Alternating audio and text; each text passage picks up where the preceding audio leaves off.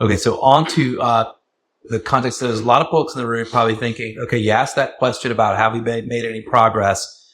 Now you're telling me I've got a way to automate interactions with people who have false beliefs at scale.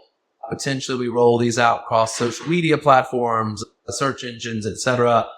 And maybe when someone's entering a sort of strange prompt or engaging in a group on Facebook or otherwise adopting odd views that seem to be leading them towards the direction of some harmful conspiracy, maybe we can intervene. Do you think this type of thing is ready for production? We're ready to roll it out? Or is there a great deal more to be done? Yeah, I think that, like, for sure there's more research to be done. I think the biggest question is what happens if you try and deploy this among like really hardcore conspiracy believers? In our experiments, we find it works even for people that 100 out of 100 believe it. It works even for people that say the content, the conspiracy theory is extremely important to their worldview. It works even for people who are generally conspiratorial and believe all different kinds of conspiracy theories. But there's still people that got paid to come into a survey experiment. And so I think seeing what happens if we go to Reddit forums and post and say, hey, talk to the AI about your conspiracy theory on conspiracy Reddit, what happens? And so we want to try that sort of thing.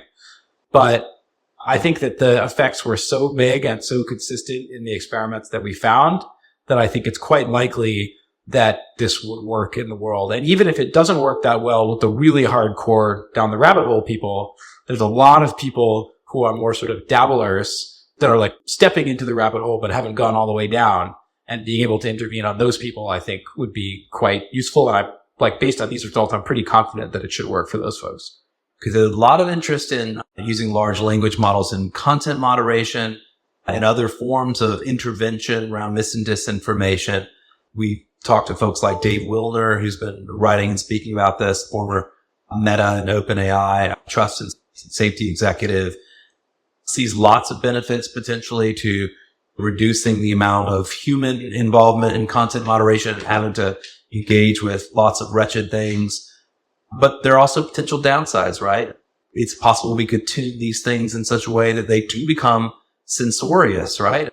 I'm struck. I always have in mind a student I had from China once who we were reading a paper about countering conspiracies. And she said to me that the conspiracies typically are the things that are true. They're the things that the government doesn't want you to know. And from her perspective, that was maybe a more defensible position than maybe we might have in some cases in the West. How do we avoid that being the outcome, that we have these kind of paternal nanny LLMs talking us out of things that whether we want them to or not?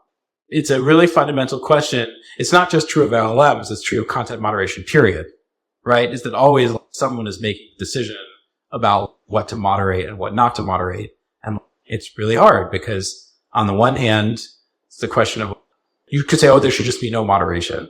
If you think that there's bad content that's harmful that you want to be moderating, you have to make some kind of decision about how are you going to do that.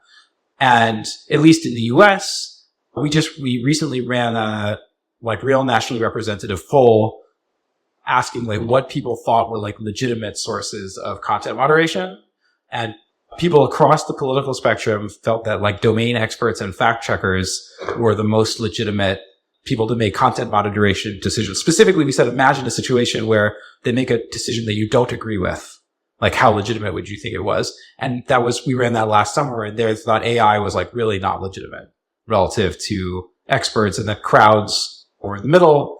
Although if the crowds have some basic level of reasoning ability and the ability to discuss it and so on, they can be seen as reasonably legitimate. But I think it's a fundamental question about moderation that it goes, I think, far beyond LLMs.